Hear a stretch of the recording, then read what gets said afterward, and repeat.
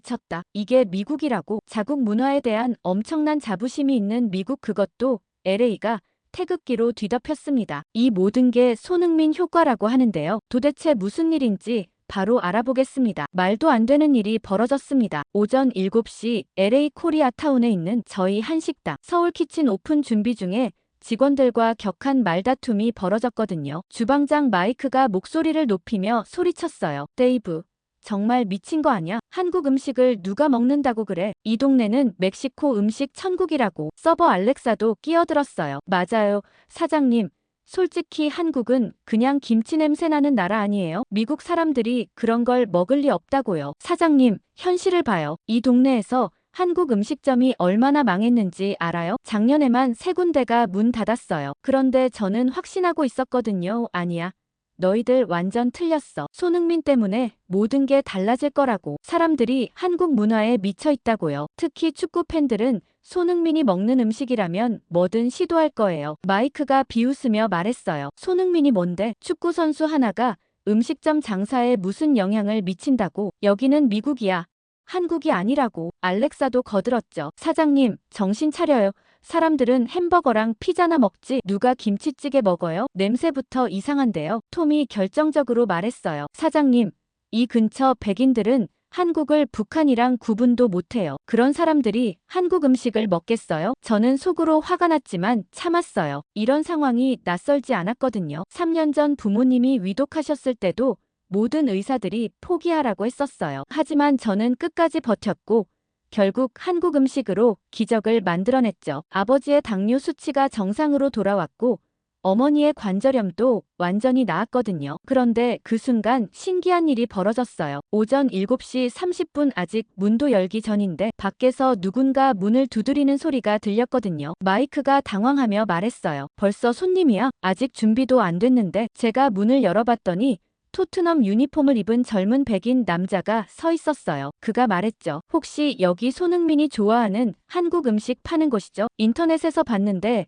오늘 오픈한다고 해서요. 제 뒤에서 알렉사가 놀란 목소리로 중얼거렸어요. 정말 왔네. 그런데 더 놀라운 건 그 뒤에 줄이 서 있다는 거였어요. 1명, 2명이 아니라 20명이 넘게 말이에요. LAFC 스카프를 두른 사람과 손흥민 7번 유니폼을 입은 사람, 그리고 영국 억양으로 얘기하는 관광객들까지요. 마이크가 제 귀에 속삭였어요. 이거 진짜야? 정말 손흥민 때문에 온 거야? 저는 확신에 찬 목소리로 대답했어요. 내가 뭐라고 했지? 손흥민이 게임 체인저라고 했잖아. 문을 열자마자 손님들이 밀려 들어왔어요. 첫 번째 손님이 물었어요. 손흥민 스페셜 메뉴 있나요? 김치찌개랑 불고기 주세요. 그 순간 알렉사의 표정이 180도 바뀌더군요. 어머.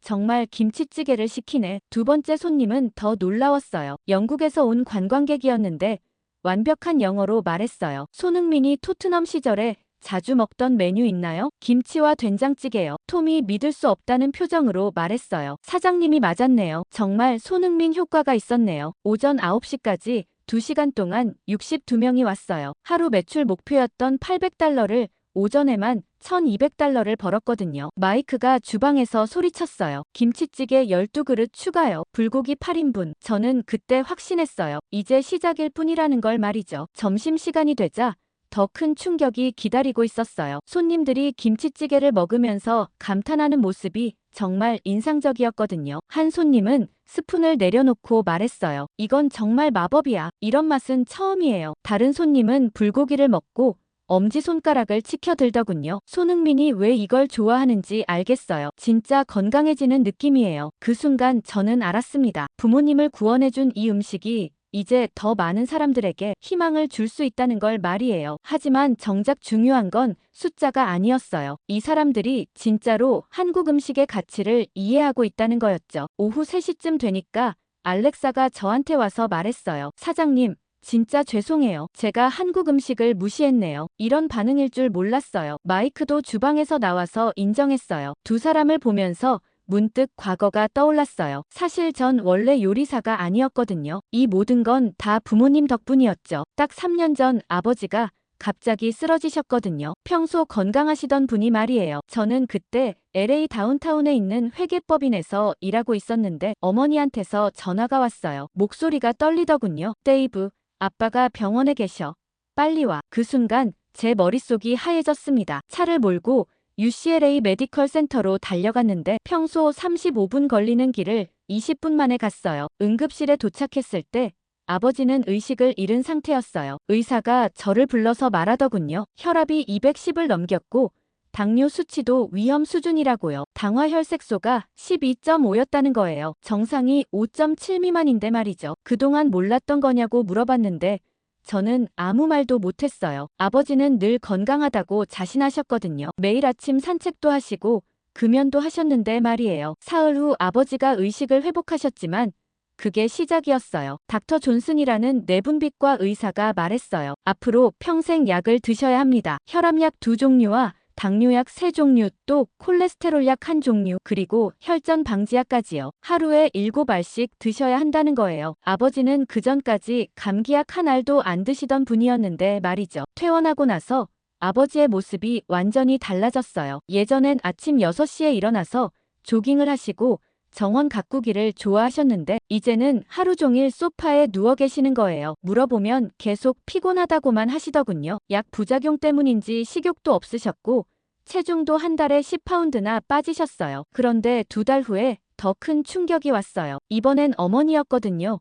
갑자기 무릎이 아프다고 하시더니 병원에 가니까 류마티스 관절염이 심하게 진행됐다는 거예요. 그것도 염증 수치인 CRP가 정상의 4배나 높았어요. 닥터리라는 류마티스 전문의가 설명했어요. 면역계가 자신의 관절을 공격하고 있다고요. 원인은 알 수 없지만 스트레스가 악화 요인일 수 있다고 하더군요. 아마 아버지 간병 스트레스 때문인 것 같았어요. 어머니도 결국 소염제와 진통제를 드시기 시작하셨어요. 메토트렉세이트라는 강한 약도 드시게 됐죠. 그런데 약을 드시면 위가 쓰리다고 하시는 거예요. 그래서 위장보호제까지 추가로 드시게 됐어요. 하루에 드시는 약이 5종류가 됐죠. 저는 그때부터 매일 저녁 부모님 댁에 갔어요. 두 분 다 예전 같지 않으셨거든요. 아버지는 혈당 체크를 하루에 4번씩 하셔야 했고 어머니는 무릎 때문에 계단도 제대로 못 올라가셨어요. 보고 있으면 정말 속상했어요. 아버지는 69세, 어머니는 66세인데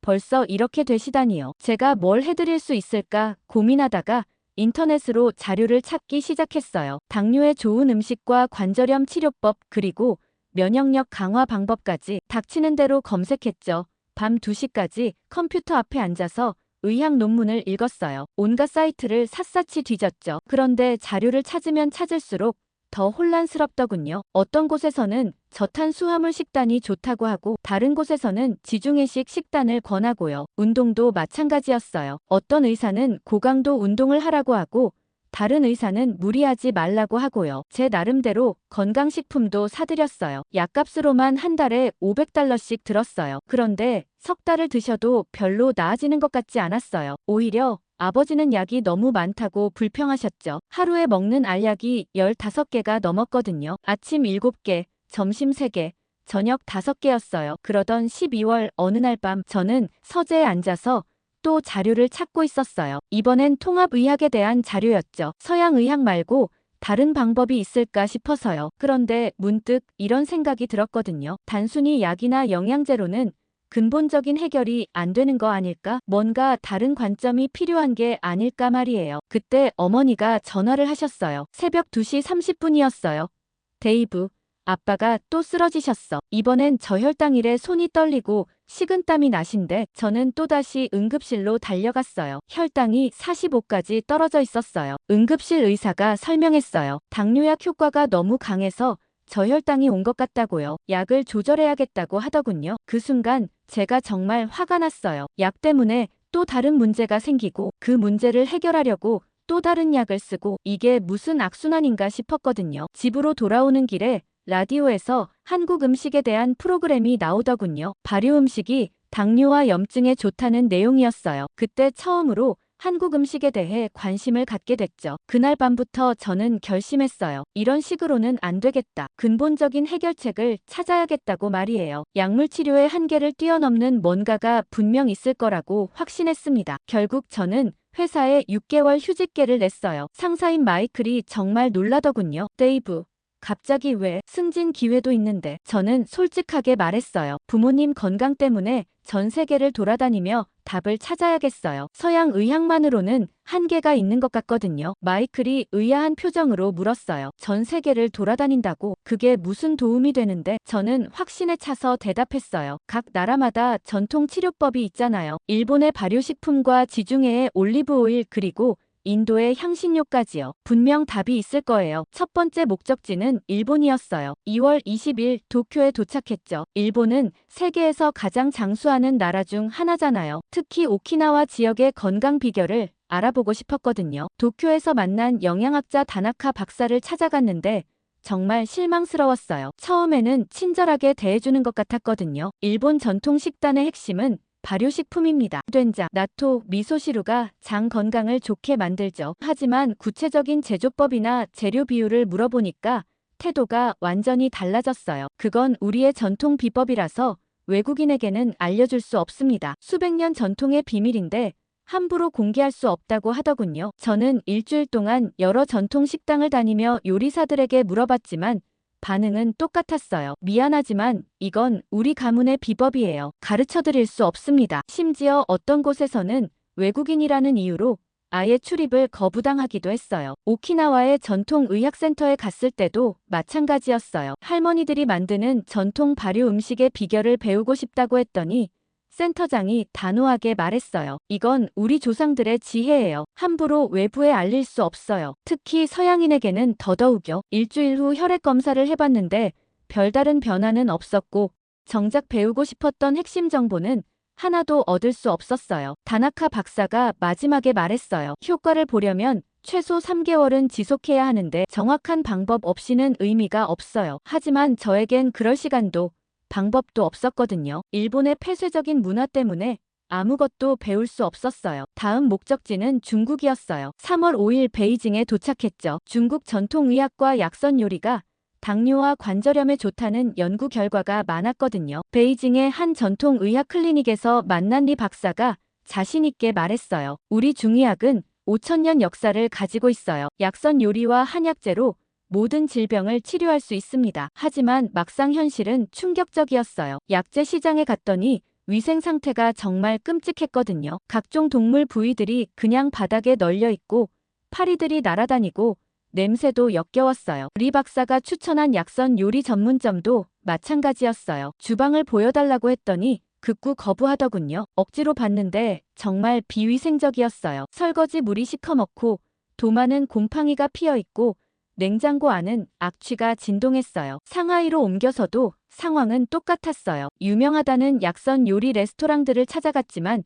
위생관념이 완전히 달랐어요. 음식을 만드는 사람들이 마스크도 안 쓰고 손도 제대로 안 씻고 심지어 바닥에 떨어진 재료를 다시 주워서 쓰는 걸 봤어요. 2주 동안 여러 곳을 다녀봤지만 상황은 비슷했어요. 음식을 먹고 나서 배탈이 나기 일쑤였고 어떤 날은 하루 종일 화장실에서 나올 수 없을 정도였어요. 리 박사가 말했어요. 중국 음식은 효과가 강해서 처음에는 몸이 적응하느라 그럴 수 있어요. 하지만 이건 적응의 문제가 아니었어요. 마지막 날 혈액 검사를 했는데 오히려 염증 수치가 올라가 있었어요. 아마 음식으로 인한 장염 때문인 것 같았어요. 더 이상은 위험하다고 판단해서 중국을 떠나기로 했어요. 6월 말쯤 되니까 정말 지쳤어요. 2달 동안 두 나라를 돌아다녔는데 뚜렷한 성과가 없었거든요. 일본에서는 비법을 가르쳐주지 않았고 중국에서는 위생 때문에 포기할 수밖에 없었어요. 부모님 상태는 계속 악화되고 있었고 제 통장 잔고는 15,000달러나 줄어 있었어요. 베이징 공항의 한 카페에서 커피를 마시며 생각했어요. 정말 답이 없는 건 아닐까? 내가 잘못된 길을 가고 있는 건 아닐까? 그때 옆 테이블에 앉은 한국인 관광객들이 얘기하는 소리가 들렸어요. 김치찌개가 그리워. 된장찌개도 먹고 싶고. 한국 음식만큼 건강한 음식이 없는 것 같아. 그 순간 번개처럼 떠오르는 생각이 있었어요. 한국 음식은 어떨까? 발효식품도 다양하고 채소도 많이 먹고 무엇보다 몇천 년의 역사가 있잖아. 저는 그날 밤 바로 한국행 항공편을 예약했어요. 7월 15일 인천공항 도착 예정이었죠. 이상하게 마음이 설레더군요. 마치 정말 중요한 뭔가를 찾을 것 같은 예감이 들었거든요. 2달의 좌절이 마침내 제대로 된 방향으로 이끌고 있는 것 같았습니다. 결국 인천공항에 도착했는데 공항 밖으로 나오는 순간 김치 냄새가 확 코를 찔렀어요. 이제 김치 냄새는 제게 아무렇지 않지만 정말 한국 사람들 사이에선 그런 향이 나더라고요. 그런데 참 이상하게 반갑더군요. 마치 오랜 친구를 만난 것 같은 느낌이었어요. 서울역 근처 호텔에 짐을 풀고 바로 동대문 시장으로 향했어요. 인터넷에서 찾아본 전통 시장이었거든요. 오후 2시쯤 도착했는데 정말 놀라운 광경이 펼쳐져 있었어요. 온갖 종류의 김치, 젓갈, 장류가 가득한 거예요. 어떤 할머니가 직접 담근 김치를 팔고 계셨는데 맛을 보라고 하시더군요. 젓가락으로 김치 한 점을 집어서 입에 넣는 순간 정말 충격이었어요. 새콤하면서도 감칠맛이 나고 매운데도 계속 먹고 싶은 그런 맛이었거든요. 할머니가 말씀하셨어요. 이 김치는 50년 경력으로 담갔어. 배추는 해남에서 가져오고 젓갈은 서해안 것만 써. 화학 조미료는 일절 안 넣어. 저는 즉시 김치 1kg을 샀어요. 호텔로 가져가서 매일 먹어보려고요. 그런데 할머니가 말씀하시더군요. 김치만 먹으면 안 돼. 된장찌개, 미역국, 불고기까지 같이 먹어야 균형이 맞아. 다음 날 아침 7시. 저는 종로구에 있는 70년 전통 식당 할머니 손맛을 찾았어요. 인터넷 리뷰에서 당뇨에 좋은 전통 한식을 파는 곳이라고 했거든요. 사장님 이순자 할머니가 직접 나오셨어요. 83세이신데도 정말 정정하셨어요. 미국에서 왔다고 하니까 특별히 신경 써주시더군요. 당뇨 있는 아버지를 위한 식단 좀 가르쳐달라고 했더니 할머니가 주방으로 데려가 주셨어요. 이걸 봐.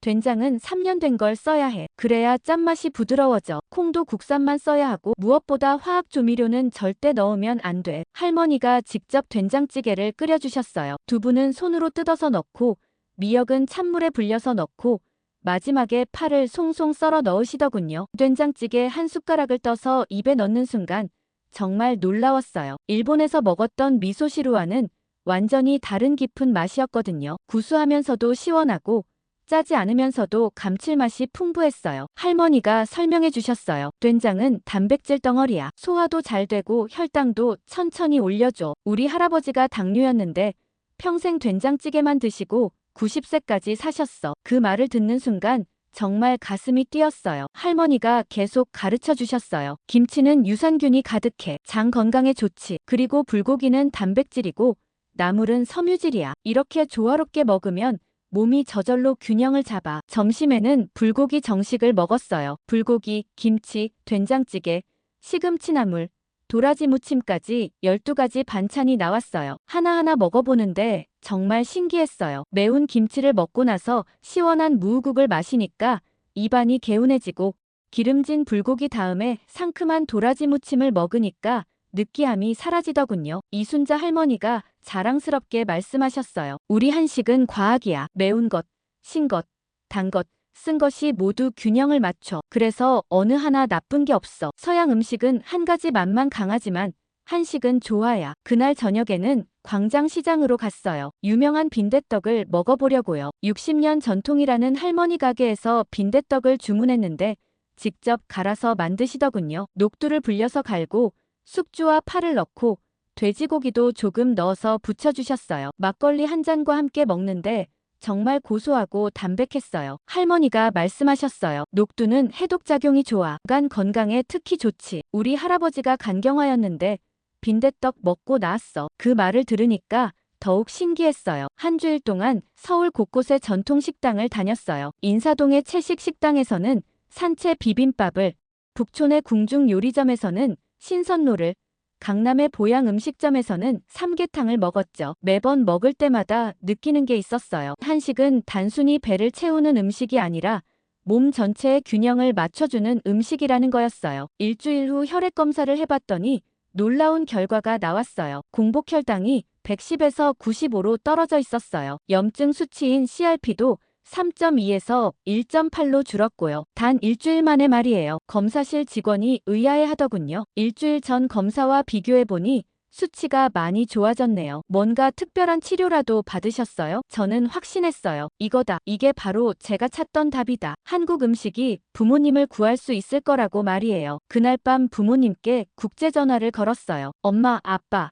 제가 답을 찾은 것 같아요. 한국 음식이에요. 정말 신기한 변화가 일어나고 있어요. 어머니가 반신반의하며 말씀하셨어요. 데이브, 너무 성급하게 결론 내리지 마. 일주일로는 확신할 수 없어. 물론 서울에서 일주일 동안 한식의 놀라운 효과를 체험했지만 뭔가 부족한 느낌이 들었죠. 음식만으로는 완전하지 않다는 생각이 계속 맴돌았어요. 그렇게 인터넷에서 찾아본 용문사를 발견하게 되었습니다. 이곳은 천년 고찰로 유명했고 특히 사찰 음식과 명상 프로그램이 당뇨와 관절염에 좋다는 후기가 많았어요. 새벽 6시 30분에 도착했는데 산 전체가 조용하고 신비로웠어요. 아침 예불 소리가 은은하게 들려오더군요. 템플스테이 담당 혜정 스님이 저를 맞아주셨어요. 40대 중반으로 보이는 스님이었는데 정말 평화로운 인상이셨어요. 미국에서 오셨군요. 부모님 건강 때문이라고 들었습니다. 마음의 평화가 몸의 건강을 만들어요. 3일 동안 함께 지내보시죠. 첫날 아침 6시 예불에 참석했어요. 대웅전에서 스님들과 함께 108배를 올렸는데 처음에는 무릎이 아팠지만 점점 마음이 차분해지더군요. 혜정 스님이 설명해 주셨어요. 절은 단순한 운동이 아니에요. 마음의 독을 빼는 거죠. 화, 욕심, 어리석음을 내려놓는 수행이에요. 이런 마음의 독이 몸의 병을 만들거든요. 아침 공양 시간이 정말 인상적이었어요. 20여 가지 사찰 음식이 나왔는데 모두 자연 그대로의 맛이었어요. 된장국, 나물무침, 두부조림, 버섯볶음까지 화학 조미료는 전혀 들어가지 않았다고 했어요. 혜정 스님이 말씀하셨어요. 사찰 음식은 생명을 살리는 음식이에요. 동물을 죽이지 않고 몸에 해로운 것도 넣지 않죠. 오신채라고 해서 마늘, 양파, 부추, 달래, 흥거도 안 써요. 이런 것들이 마음을 흐트러뜨리거든요. 첫 끼니를 먹고 나니까 정말 신기했어요. 배는 부른데 속이 전혀 더부룩하지 않았거든요. 오히려 몸이 가벼워진 느낌이었어요. 혜정 스님이 웃으며 말씀하셨어요. 사찰 음식을 먹으면 몸이 정화돼요. 혈액도 맑아지고 마음도 평온해지죠. 특히 당뇨나 고혈압 같은 현대병에는 더욱 좋아요. 오전 10시에는 명상 시간이었어요. 법당에서 가부좌를 틀고 앉아 호흡에 집중했어요. 처음에는 잡념이 많이 들었지만 스님의 지도를 받으며 점점 마음이 고요해졌어요. 혜정 스님이 말씀하셨어요. 스트레스가 모든 병의 근본이에요. 현대의학도 인정하는 사실이죠. 명상은 스트레스를 근본적으로 해결하는 방법이에요. 마음이 평온해지면 몸의 면역력이 자연스럽게 회복돼요. 점심 공양도 아침과 마찬가지로 담백했어요. 현미밥, 된장국, 각종 나물과 두부 요리가 나왔는데 하나하나가 정성스러웠어요. 특히 현미밥은 쫄깃쫄깃한 식감이 일품이었어요. 공양간 보살님이 설명해 주셨어요. 현미는 백미보다 혈당 지수가 낮아요. 당뇨 환자분들에게 특히 좋죠. 섬유질도 풍부해서 변비에도 도움되고요. 우리는 항상 현미만 써요. 오후에는 스님과 함께 산책을 했어요. 절 뒤편 숲길을 걸으며 대화를 나눴는데 정말 많은 걸 깨달았어요. 혜정 스님이 말씀하셨어요. 서양 의학은 병을 치료하지만 동양 의학은 사람을 치료해요. 몸과 마음을 분리해서 생각하면 안 돼요. 마음의 병이 몸의 병을 만들고 몸의 병이 마음의 병을 키우거든요. 저는 그 말씀을 듣고 깊이 공감했어요. 지난 6개월 동안 부모님을 보면서 느낀 게 바로 그거였거든요. 몸이 아프니까 마음도 우울해지시고 마음이 우울하니까 몸도 더 안 좋아지시는 악순환 말이에요. 저녁 예불 후에는 차담 시간이 있었어요. 혜정 스님이 직접 우린 녹차를 마시며 이야기를 나눴어요. 데이브 보살님, 부모님을 위해 전 세계를 돌아다니셨다고 들었어요. 효심이 깊으시네요. 하지만 진정한 효는 부모님의 몸만 치료하는 게 아니에요. 마음의 평화를 찾아드리는 거죠. 그 말씀이 정말 가슴에 와닿았어요. 부모님이 단순히 몸의 고통 때문에 힘들어하시는 게 아니라 마음의 절망감 때문에 더 고생하고 계신다는 걸 깨달았거든요. 둘째 날 새벽에는 108배 정진을 했어요. 1시간 동안 계속 절을 올렸는데 중간에 무릎이 너무 아파서 포기하고 싶었어요. 하지만 혜정 스님이 격려해 주셨어요. 고통을 견디는 게 아니라 고통을 받아들이세요. 그러면 고통이 저절로 사라져요. 정말 신기하게도 그 말씀대로 하니까 무릎 통증이 줄어들더군요. 마음을 비우고 절에만 집중하니까 몸의 감각도 달라졌어요. 그날 아침 공양 때 보살님이 특별한 음식을 주셨어요. 검은 콩으로 만든 두부와 도토리 묵이었어요. 검은 콩 두부는 일반 두부보다 고소하고 진한 맛이 났고 도토리 묵은 쫄깃하면서도 담백했어요. 보살님이 설명해 주셨어요. 검은 콩은 신장에 좋아요. 당뇨 합병증으로 신장이 나빠지는 경우가 많은데 예방 효과가 있죠. 도토리 묵은 혈당을 안정시켜줘요. 옛날부터 당뇨 환자들이 많이 먹었어요. 둘째 날 오후에는 바루공양을 체험했어요. 자신의 그릇에 적당한 양만 덜어서 남기지 않고 다 먹는 거였어요. 처음에는 양 조절이 어려웠지만 점점 익숙해졌어요. 혜정 스님이 말씀하셨어요. 바루공양은 욕심을 제어하는 수행이에요. 필요한 만큼만 먹고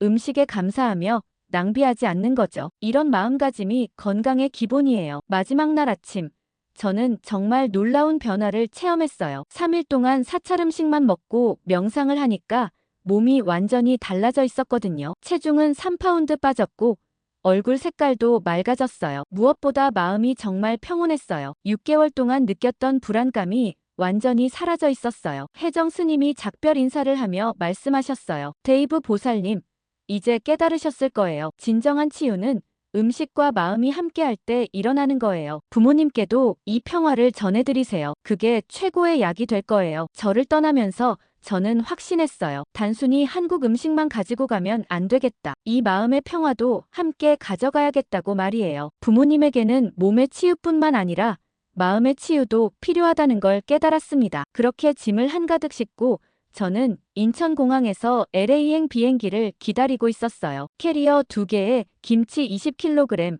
된장 10kg, 고추장 5kg을 가득 채워서 말이에요. 공항 직원들이 의아한 표정으로 쳐다봤지만 상관없었어요. 부모님을 구할 수 있는 마지막 희망이었거든요. 비행기 안에서 12시간 동안 계속 생각했어요. 과연 부모님이 받아들이실까? 70년 동안 서양 음식만 드신 분들이 갑자기 김치찌개를 드실 수 있을까? 하지만 포기할 수는 없었어요. 제가 직접 체험한 그 놀라운 변화를 부모님께도 느끼게 해드리고 싶었거든요. 7월 31일 오전 10시 부모님 댁에 도착했어요. 현관문을 열고 들어가는데 집안 분위기가 정말 우울했어요. 아버지는 소파에 누워 계셨고 어머니는 무릎에 파스를 붙이고 앉아 계셨어요. 두 분 다 제가 떠났을 때보다 더 수척해 보이셨어요. 어머니가 놀라며 말씀하셨어요. 데이브, 갑자기 왜 왔어? 연락도 없이. 저는 캐리어를 열면서 설명했어요. 엄마, 제가 답을 찾아왔어요. 한국에서 정말 신기한 경험을 했거든요. 이 음식들이 분명 도움이 될 거예요. 아버지가 침대에서 고개를 들고 말씀하셨어요. 데이브,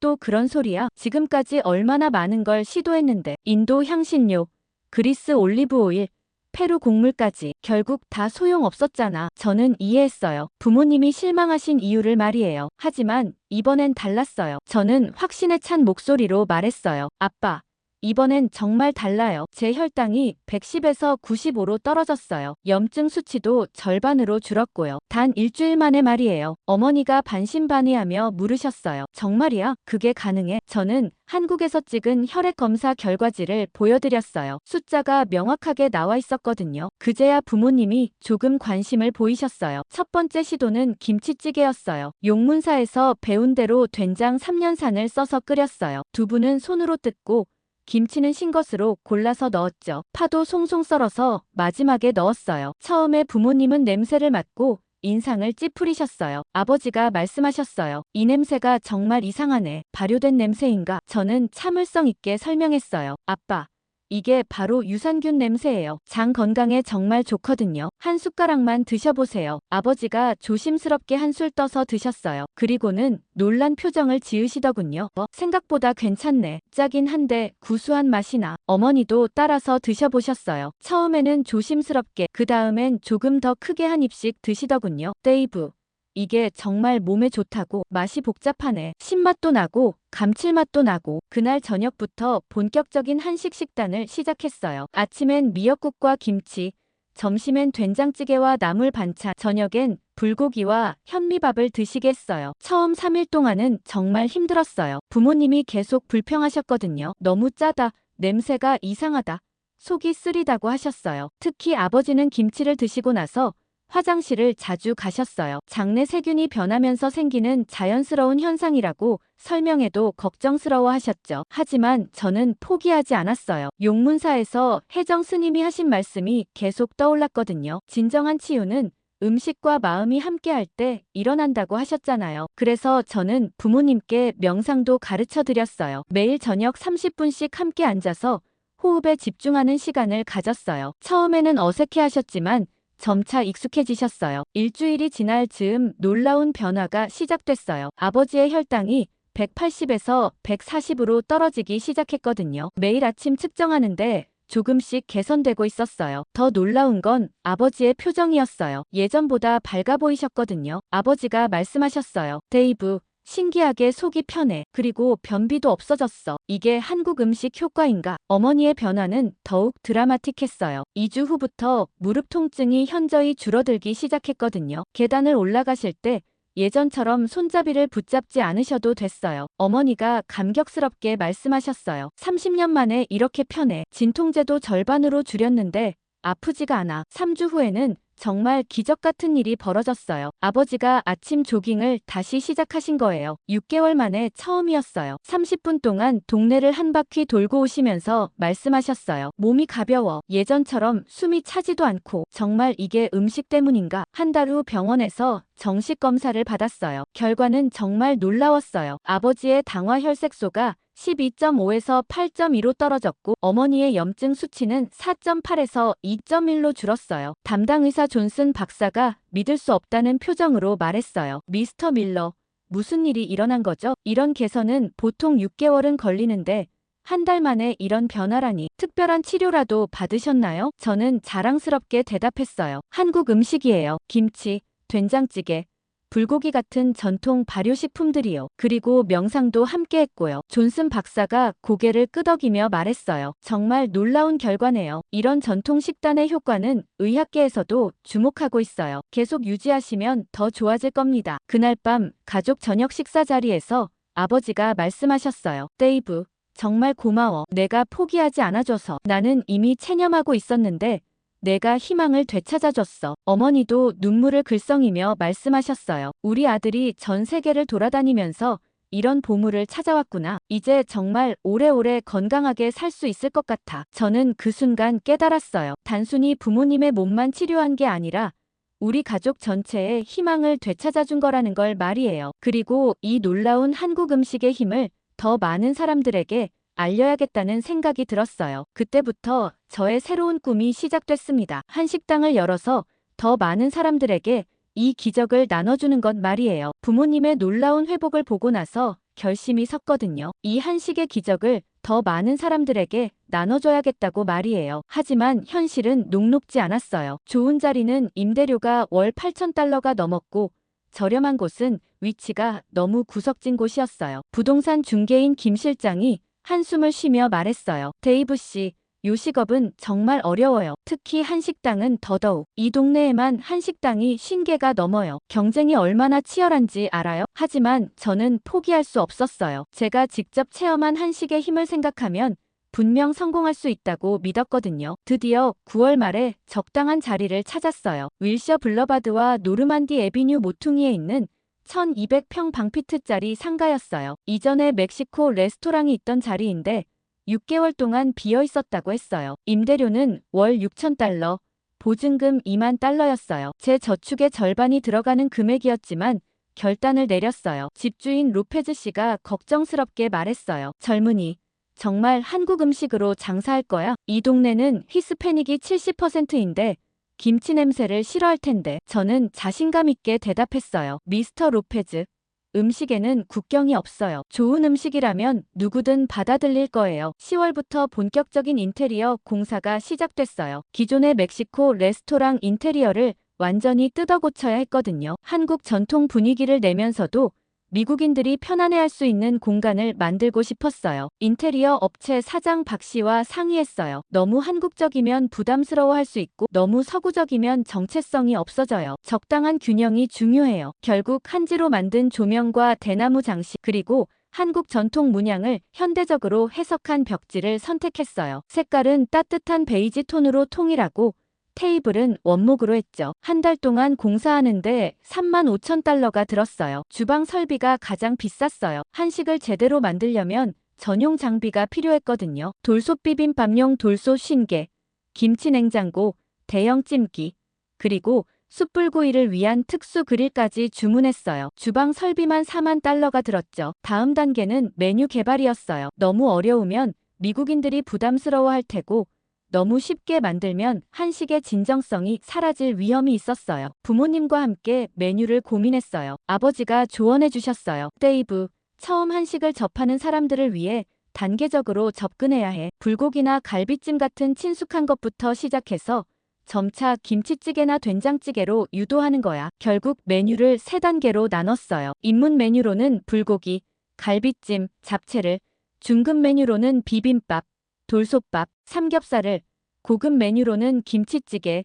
된장찌개, 순두부찌개를 배치했어요. 각 메뉴마다 영어 설명을 자세히 달고 어떤 건강 효과가 있는지도 명시했죠. 직원 채용은 더욱 까다로웠어요. 한식을 제대로 만들 수 있는 주방장을 찾는 게 가장 어려웠거든요. 결국 한국에서 20년 경력의 이 셰프를 모셔왔어요. 50대 중반의 베테랑으로 한국 전통 요리의 대가였죠. 이 셰프가 첫 면접에서 말했어요. 사장님, 미국에서 정통 한식하기 정말 어려워요. 재료 구하기도 힘들고 현지인 입맛에 맞추면 한식이 아니게 되고 어떻게 할 거예요? 저는 분명하게 답했어요. 셰프님, 타협하지 맙시다. 정통 한식을 고집해요. 맛있는 것은 결국 인정받게 되어 있어요. 서버로는 한국어와 영어가 모두 능숙한 한국계, 미국인 제니와 스페인어도 할 줄 아는 멕시코계 미국인 카를로스를 뽑았어요. 이 동네 특성상 스페인어 소통도 중요했거든요. 매니저로는 레스토랑 경영 경험이 풍부한 한국인 김 매니저를 모셨어요. 11월부터는 본격적인 직원 교육이 시작됐어요. 특히 서버 교육에 신경을 많이 썼어요. 단순히 주문을 받는 게 아니라 한식의 문화와 건강 효과까지 설명할 수 있어야 했거든요. 제니에게 교육했어요. 김치찌개를 주문하는 손님에게는 유산균과 섬유질이 풍부해서 장 건강에 좋다고 설명해 주세요. 된장찌개는 식물성 단백질이 많고 혈당 지수가 낮다고 하고요. 카를로스도 열심히 배웠어요. 처음에는 김치 맛을 보고 너무 매워서 깜짝 놀랐지만 점차 한식의 매력을 이해하게 됐어요. 사장님, 이 음식들 정말 신기해요. 먹고 나면 속이 편해져요. 우리 멕시코 음식은 기름기가 많은데 한식은 깔끔하네요. 12월에는 시식회를 열었어요. 가족, 친구, 그리고 동네 주민들을 초대해서 반응을 살펴보려고요. 30명 정도 왔는데 반응은 정말 다양했어요. 어떤 분은 불고기를 먹고 엄지손가락을 치켜들었고 어떤 분은 김치를 먹고 얼굴을 찌푸렸어요. 가장 인상 깊었던 건 동네에 사는 멕시코인 할머니 로사의 반응이었어요. 된장찌개를 드시고 나서 말씀하셨어요. 이 맛 우리 할머니가 끓여주시던 콩 스프와 비슷해. 정말 구수하고 몸에 좋은 것 같아. 그 말을 듣고 확신했어요. 좋은 음식은 국경을 뛰어넘는다는 걸 말이에요. 시식회 후 마지막 점검을 했어요. 메뉴판 디자인, 직원 유니폼, 음향 시스템, 포스기 설정까지 하나하나 체크했죠. 드디어 오픈일로 정했어요. 그런데 오픈 하루 전날 밤 갑자기 불안해지기 시작했어요. 정말 성공할 수 있을까? 투자한 12만 달러를 모두 날리는 건 아닐까? 부모님께 전화를 드렸어요. 아빠, 정말 떨려요. 내일 오픈인데 자신이 없어요. 아버지가 따뜻하게 격려해 주셨어요. 데이브, 내가 우리를 구해준 그 음식 아니야? 그 정성과 사랑이 담긴 음식이라면 분명 사람들도 알아줄 거야. 걱정 말고 용기 내. 그날 밤 저는 다시 한번 결심했습니다. 단순히 장사를 하는 게 아니라 사람들에게 건강과 희망을 나눠주는 일을 하는 거라고 말이에요. 사실 이것만으로도 충분했지만 제게 예상치 못한 행운을 가져다 준 건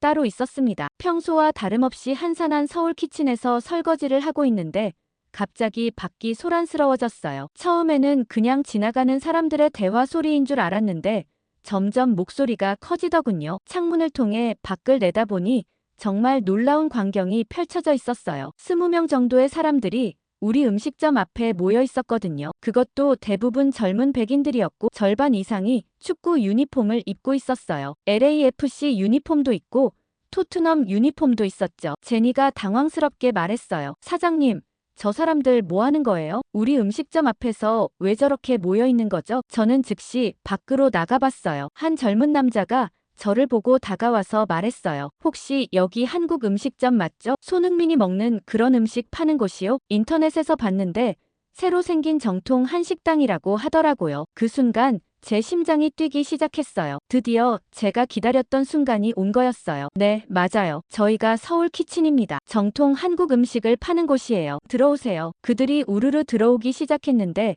정말 신기한 광경이었어요. 20여 명이 한꺼번에 들어와서 테이블을 가득 채웠거든요. 3주 동안 한산했던 저희 음식점이 갑자기 북적거리게 된 거예요. 이 셰프가 주방에서 깜짝 놀라며 나왔어요. 사장님, 갑자기 웬 손님이 이렇게 많이? 뭔가 특별한 일이라도 있나요? 저는 흥분을 감추지 못하며 대답했어요. 셰프님, 이게 다 손흥민 때문이에요. 라고 말이죠. 첫 번째 그룹의 리더 격인 젊은이가 메뉴를 보더니 물어봤어요. 손흥민 스페셜 같은 메뉴 있나요? 그가 토트넘에서 자주 먹던 음식이요. 김치찌개랑 불고기 있죠? 저는 기뻐서 어쩔 줄 몰랐어요. 물론이죠. 손흥민이 가장 좋아한다는 김치찌개와 불고기가 저희 대표 메뉴예요. 정통 레시피로 만든 거거든요. 그들이 주문을 시작했어요. 김치찌개 8개, 불고기 정식 5개, 된장찌개 3개, 비빔밥 4개까지요. 3주 동안 한 번도 이렇게 많은 주문을 받은 적이 없었거든요. 카를로스가 놀라며 속삭였어요. 사장님,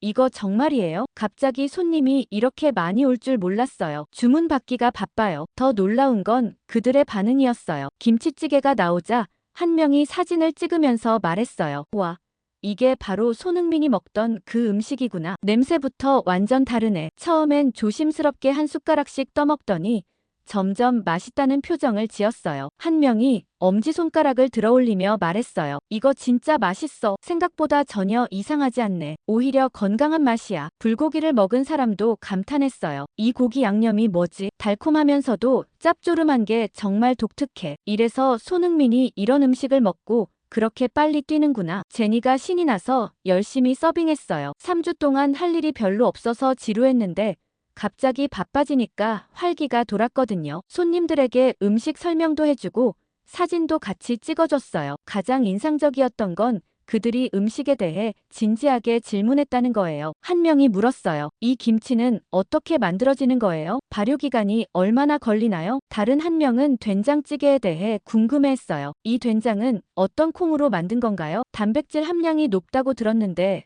정말인가요? 저는 정말 감격스러웠어요. 단순히 호기심으로 온 게 아니라 한국 음식에 대해 진짜 관심을 갖고 있었거든요. 손흥민이라는 매개체를 통해서지만 한국 문화를 이해하려고 노력하고 있었어요. 이 셰프가 주방에서 바쁘게 요리하면서도 기뻐했어요. 사장님 말이 맞았네요. 정말 손흥민 효과가 있었어. 이런 손님들이라면 우리 음식을 제대로 이해해줄 것 같아요. 점심시간이 끝날 무렵 그들이 계산을 하면서 말했어요. 정말 맛있었어요. 다음에 또 올게요. 그리고 친구들한테도 추천할게요. 특히 다음 주 손흥민 경기 있는 날에는 여기서 먹고 가면 좋을 것 같아요. 그날 매출은 $485였어요. 3주 동안의 평균 일 매출이 $40였는데 하루에 12배나 늘어난 거였어요. 직원들이 모두 흥분했어요. 김 매니저가 말했어요. 사장님, 정말 대단해요. 사장님 말씀이 맞았네요. 손흥민 효과가 진짜 있었어요. 하지만 저는 조심스럽게 생각했어요. 이게 일회성 이벤트일 수도 있잖아요. 진짜 중요한 건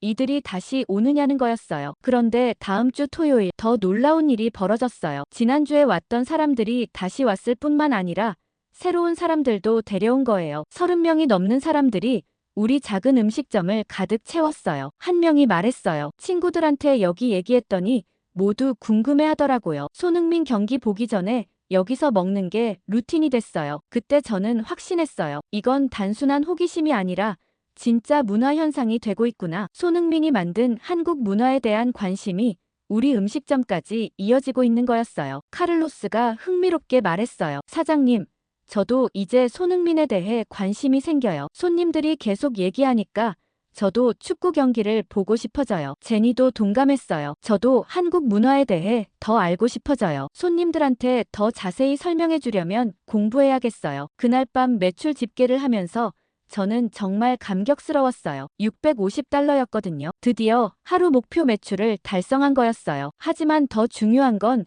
손님들의 만족도였어요. 나가면서 하나같이 엄지손가락을 들어올리며 다시 오겠다고 했거든요. 이 셰프가 주방 정리를 하면서 말했어요. 사장님, 이제 정말 희망이 보여요. 이런 손님들이라면 우리 한식의 진가를 알아줄 거예요. 저는 그날 밤 부모님께 전화를 드렸어요. 엄마, 아빠, 드디어 시작됐어요. 손흥민 효과가 정말 있었어요. 오늘 30명이 넘는 손님이 와서 김치찌개랑 불고기를 먹고 갔어요. 모두 맛있다고 하면서 다시 오겠다고 했거든요. 아버지가 기뻐하시며 말씀하셨어요. 데이브, 정말 잘했어. 내 확신이 맞았구나. 이제 정말 많은 사람들이 우리가 경험한 그 기적을 느낄 수 있겠네. 저는 그날 밤 확신했습니다. 이제 정말 새로운 시작이라고.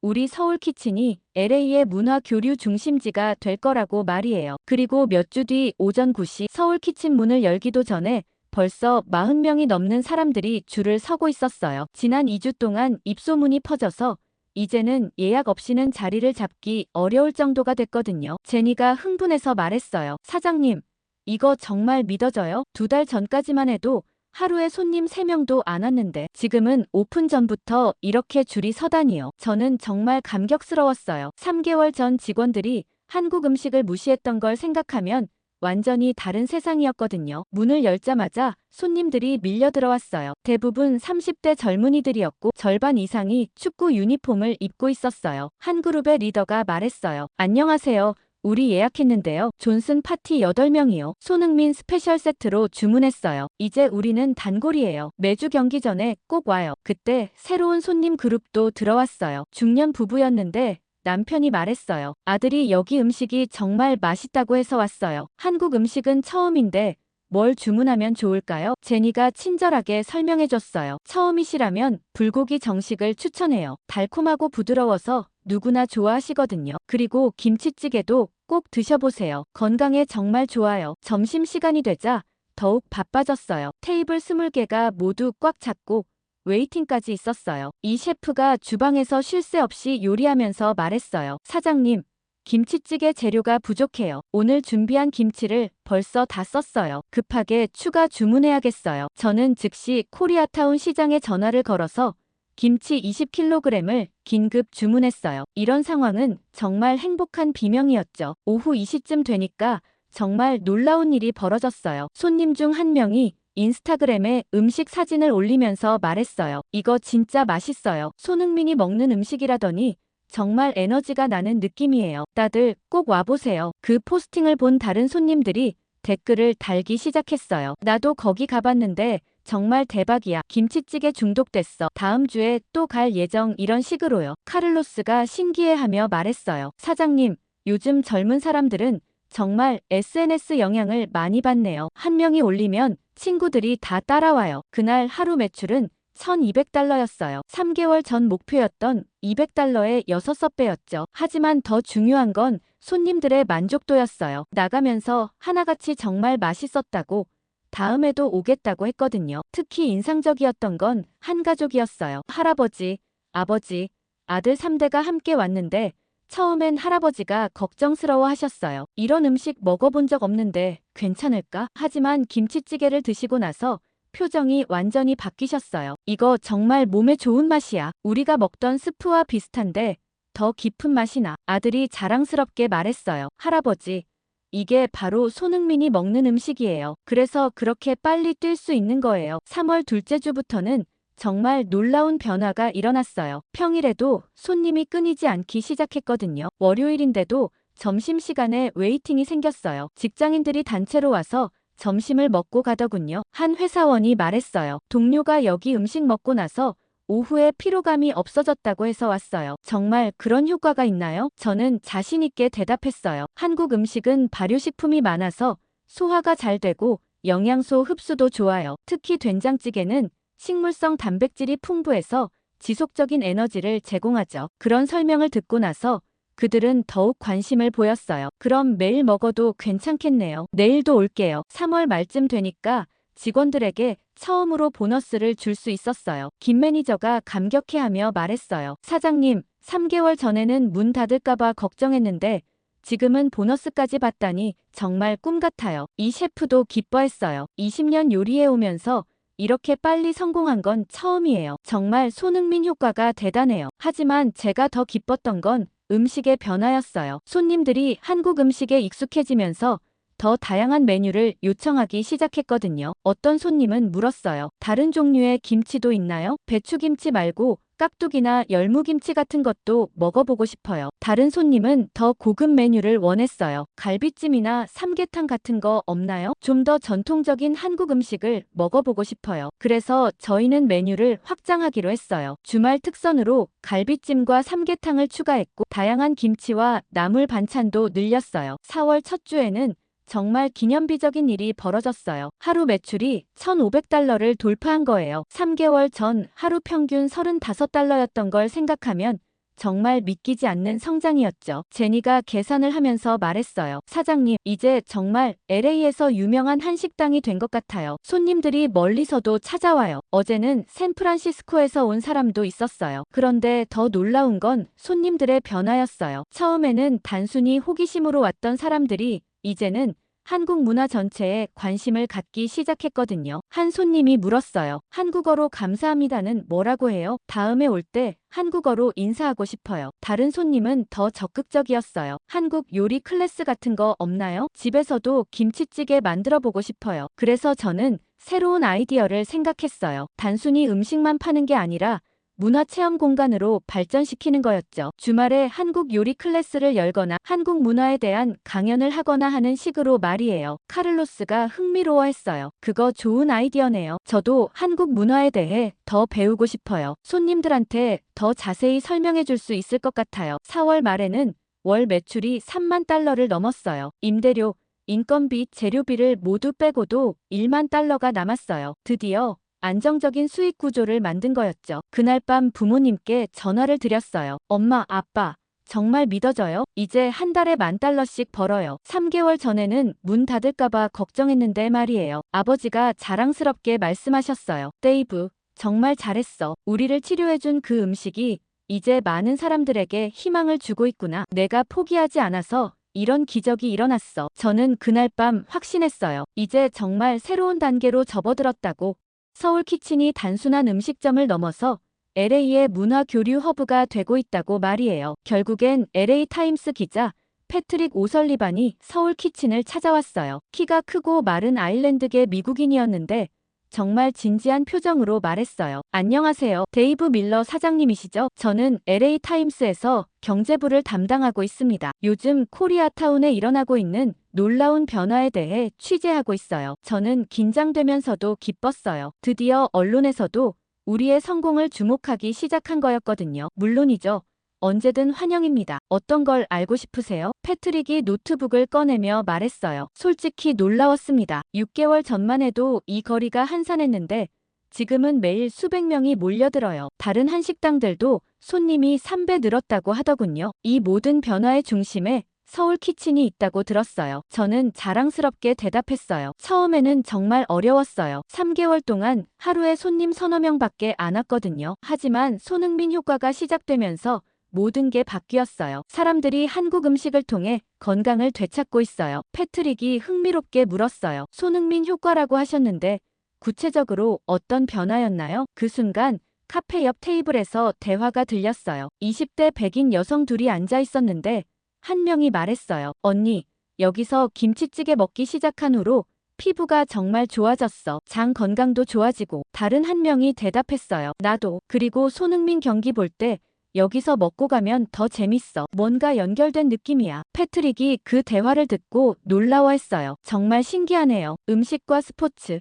그리고 문화가 이렇게 연결되다니. 숫자로 봐도 놀라운 성장이에요. 서울 키친의 월 매출이 3만 달러라고 들었는데 맞나요? 저는 고개를 끄덕였어요. 맞아요. 그런데 더 중요한 건 이게 저희만의 성공이 아니라는 거예요. 주변 상점들도 모두 활기를 되찾았거든요. 정말 그랬어요. 옆집 한국 마켓은 매출이 300% 늘었고 길 건너편 카페는 한국 음료 메뉴를 새로 추가했어요. 심지어 멕시코 레스토랑까지 김치 타코를 팔기 시작했거든요. 패트릭이 메모를 하며 말했어요. 정말 흥미로운 현상이네요. 경제학에서 말하는 클러스터 효과가 일어나고 있어요. 한 곳의 성공이 주변 전체를 살리고 있군요. 그때 제니가 다가와서 말했어요. 사장님, 오늘도 예약이 꽉 찼어요. 그리고 내일 토요일은 웨이팅까지 20팀이나 돼요. 한국 요리 클래스도 다음 달까지 예약이 다 찼고요. 패트릭이 놀라며 물었어요. 한국 요리 클래스까지 하시는 거예요? 저는 자랑스럽게 설명했어요. 네, 매주 토요일 오후에 해요. 김치 담그기, 된장찌개 끓이기 같은 기본적인 것들을요. 한 번에 12명씩 받는데 항상 만석이에요. 수강료는 $80인데도 말이에요. 정말 놀라운 건 수강생들의 열정이었어요. 지난주에 온 40대 부부는 아예 한국어까지 배우기 시작했다고 하더군요. 한국 문화를 더 깊이 이해하고 싶다면서요. 패트릭이 계속 질문했어요. 이런 변화가 지역사회에 미치는 영향은 어떤가요? 저는 창밖을 가리키며 말했어요. 저기 보세요. 6개월 전까지만 해도 오후 오시면 거리가 한산했어요. 지금은 저녁 8시까지도 사람들이 북적거려요. 범죄율도 줄었다고 들었어요. 정말 그랬어요. 경찰서 통계를 보니 이 지역 강도 사건이 40% 줄었다고 하더군요. 사람이 많아지니까 자연스럽게 안전해진 거죠. 패트릭이 더 깊이 파고들었어요. 그런데 사장님 개인적으로는 어떠세요? 경제적 성공 외에 다른 보람이 있나요? 저는 잠시 생각했어요. 그리고 정말 솔직하게 대답했어요. 패트릭 기자님, 처음에는 돈을 벌려고 시작했어요. 부모님 치료비도 필요했고 제 미래도 걱정됐거든요. 하지만 지금은 완전히 달라요. 그때 한 가족이 들어왔어요. 할아버지, 할머니, 부모님, 그리고 어린아이까지 3대가 함께였어요. 아이가 한국어로 인사했어요. 안녕하세요. 제니가 놀라며 대답했어요. 안녕. 한국어 정말 잘하네. 할아버지가 말씀하셨어요. 손자가 여기 음식을 너무 좋아해서 한국어까지 배우기 시작했어요. 이제 집에서도 김치를 달라고 하네요. 그 모습을 보던 패트릭이 말했어요. 정말 놀라운 문화 교류네요. 한 음식점이 이렇게 큰 변화를 만들어내다니. 저는 그때 깨달았어요. 정말 중요한 게 뭔지를 말이에요. 패트릭 기자님, 제가 깨달은 건 이거예요. 진짜 성공은 숫자가 아니라 사람과의 연결이에요. 매출 $30,000보다 더 중요한 건 저기 앉아있는 할아버지가 손자와 함께 김치를 나눠 먹는 순간이에요. 패트릭이 고개를 끄덕이며 메모했어요. 정말 깊이 있는 말씀이네요. 그럼 앞으로의 계획은 어떻게 되시나요? 저는 확신에 차서 말했어요. 더 큰 공간으로 이전하는 것도 고려하고 있어요. 하지만 단순히 규모만 키우는 게 목표는 아니에요. 이곳이 진짜 문화교류센터가 되었으면 해요. 한국 문화를 배우고 경험하고 나눌 수 있는 곳으로 말이에요. 그날 밤 저는 부모님께 전화를 드렸어요. 엄마, 아빠, 내일 LA 타임스 일면에 우리 이야기가 실려요. 정말 믿어져요? 아버지가 감격스럽게 말씀하셨어요. 데이브, 내가 우리를 구해준 그 음식이 이제 온 세상을 구하고 있구나. 정말 자랑스러워. 저는 그날 밤 서울 키친을 둘러보며 생각했어요. 이 작은 음식점에서 시작된 기적이 이제 LA 전체로 퍼져나가고 있다고. 그리고 이 모든 건 단순히 음식 때문이 아니라 사람과 사람 사이의 진정한 연결 때문이라는 걸 깨달았습니다. 매주 토요일, 손흥민 경기가 있는 날이면 이곳은 작은 축제장이 돼요. 각국에서 온 사람들이 김치찌개 한 그릇을 나누며 웃고 떠들고 서로를 이해해가는 거죠. 이게 바로 제가 꿈꿨던 모습이에요. 음식을 통한 진정한 문화 교류, 그리고 건강한 공동체 만들기 말이에요.